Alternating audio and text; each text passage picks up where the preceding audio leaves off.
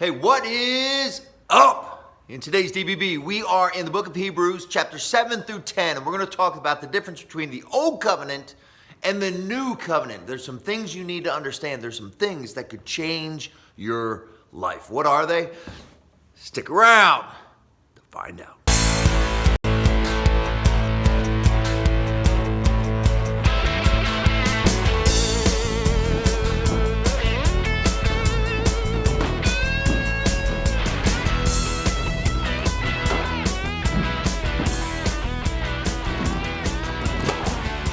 Hey, what is up? Ladies and gentlemen, Bob Garvey with the Bible Strength Project.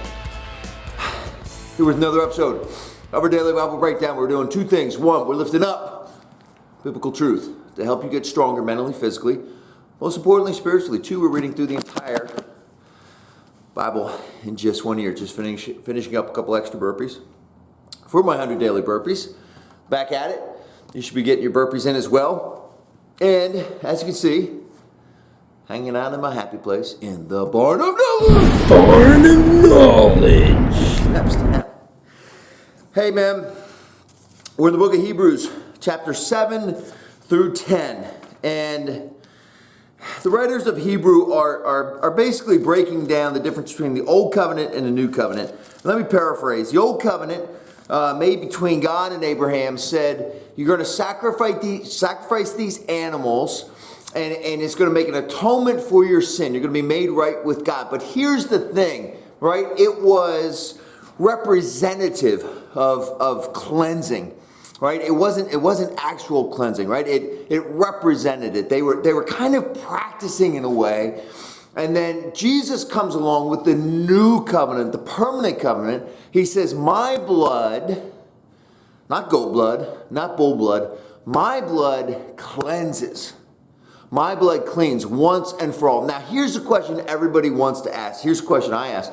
Why did Jesus have to die to make us right with God? Couldn't God just forgive us? God can do anything he wants, right? Couldn't he forgive us? Here's how we got to understand it. Have you ever had a situation where you are talking with a friend and you say something stupid, you say something thoughtless, right? Just something comes out of your mouth stupid, and automatically there's a loss of energy, right? You got a sinking feeling in your gut. There's a loss of energy, like, oh, I can't believe I just said that, right? There's a loss of energy. There's a loss of relationship. Loss of relationship. Now, your friend, if maybe they're a good friend and they love you, they forgive you, there's still a cost of that forgiveness to that friend. Do you understand what I'm saying? It costs them something to say, that hurt, but I'm going to forgive you. That cost. Now, I want you to imagine that on a universal scale. When we move away from God, there is a loss of relationship, there is a loss of energy, and that cost has to be made up for. Now, God, through Jesus, says, I'll gladly pay that cost. I love you so much, I will gladly pay that cost. And we've got a way to do it, right? Once and for all. But you gotta accept that gift. You gotta accept me paying that cost, because if you don't, then it's all for naught. It doesn't matter. But God, through Jesus, says, when you step away from me, when you move out of relationship, when your energy lowers, we need to get you back. And so I'm gonna do that. I'm gonna sacrifice myself for you because I love you.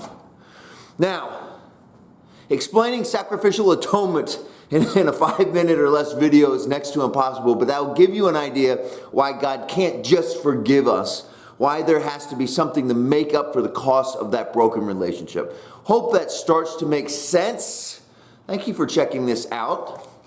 And now for Today's Power Verse. Hebrews 10:16. This is the new covenant I will make with my people on that day, says the Lord.